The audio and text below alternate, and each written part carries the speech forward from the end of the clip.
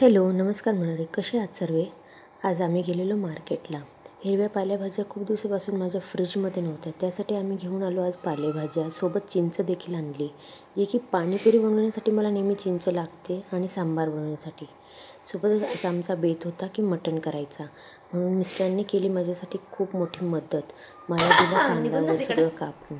आणि मी जेव्हाही ब्लॉग करते तेव्हा ते समोर असतात म्हणून मला थोडं ऑकवर्ड फील होतं.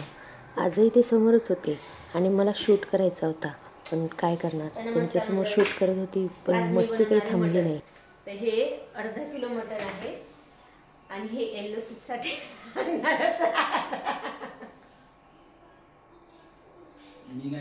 तू फक्त बघितलं माझ्याकडे.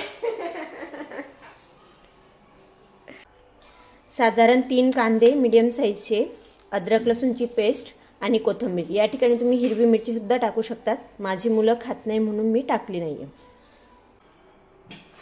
साधारण 2 ते 3 पळ्या चमचा मी तेल संपलं, समजलंच नाही मला. आता पुन्हा ते समोर बसलेले आहेत आणि मी रेकॉर्डिंग करते. हसणं काही थांबत नाही, पण रेकॉर्डिंग तर करावीच लागणार आहे.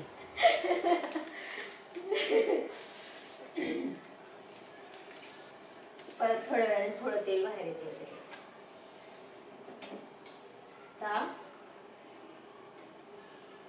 2 पळ्या तेल मी टाकते कुकरमध्ये. 2 पळ्या तेल टाकून झालं की सोबतच मी जिरं तळकलं की अद्रक लसूणची पेस्ट मी आत टाकणार आहे आणि जो बारीक चिरलेला कांदा आहे तो सोबत टाकून त्याला छान ब्राऊन कलर आला की तोपर्यंत त्याला परतवलं. त्यात हळद आणि मीठ टाकून मटण त्यात मी परतवून घेतलं आहे.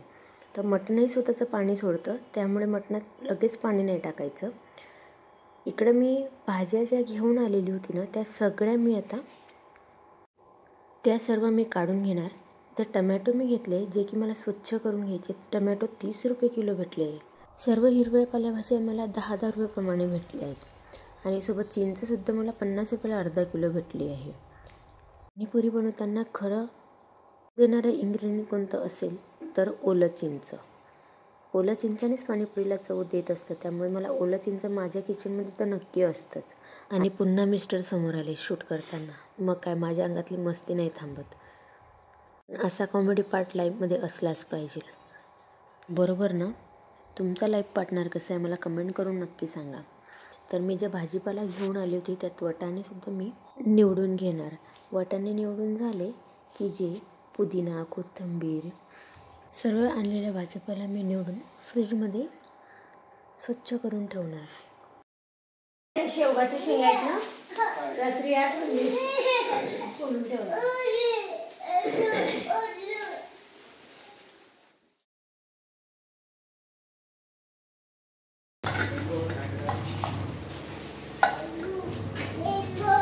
तर आपण जे मटण बॉईल करायला ठेवलं होतं त्यात आता मी गरम पाणी टाकलं आहे आणि त्याच्या 7 ते 8 शिट्ट्या मी इथं काढून घेणार. मीडियम टू लो फ्लेमवर मी 7 ते 8 शिट्ट्या त्याच्या काढून घेतल्या आहेत.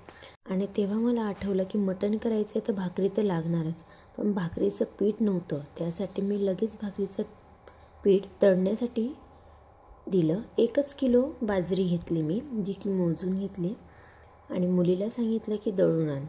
आणि जास्त लांब नाही जावं लागत, वरच्याच फ्लोअरला आहे त्यामुळे लगेच करून मिळतं. मटणाच्या वाटण्यासाठी मी घेतली कोथिंबीरच्या काड्या, धने, जिरं, खसखस, भाजलेलं खोबरं, अद्रक, लसूण, त्या सगळ्यांची मी पेस्ट करून घेतली. इकडं टोप ठेवला, त्यात मी 2 पळ्या तेल टाकलं आणि तयार केलेलं वाटण टाकून त्याला एकजीव करून परतवून घेतलं.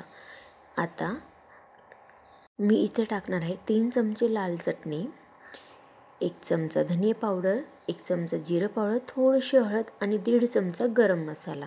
आता गरम मसाला पूर्ण तेल सुटेस तोपर्यंत मी मसाल्याला परतवून घेतलं. आता आपण जे मटण बॉईल करून ठेवलं होतं ते मटण मी इथं टाकून घेतलं आहे. वरतून मटणाचा येल्लो सूप मी इथं सेपरेट टाकला आहे. आता एक उकळी याला आपण आणून घेऊ. हा व्लॉग तुम्हाला आवडला असेल तर लाईक आणि सबस्क्राईब करायला विसरू नका. थँक्यू.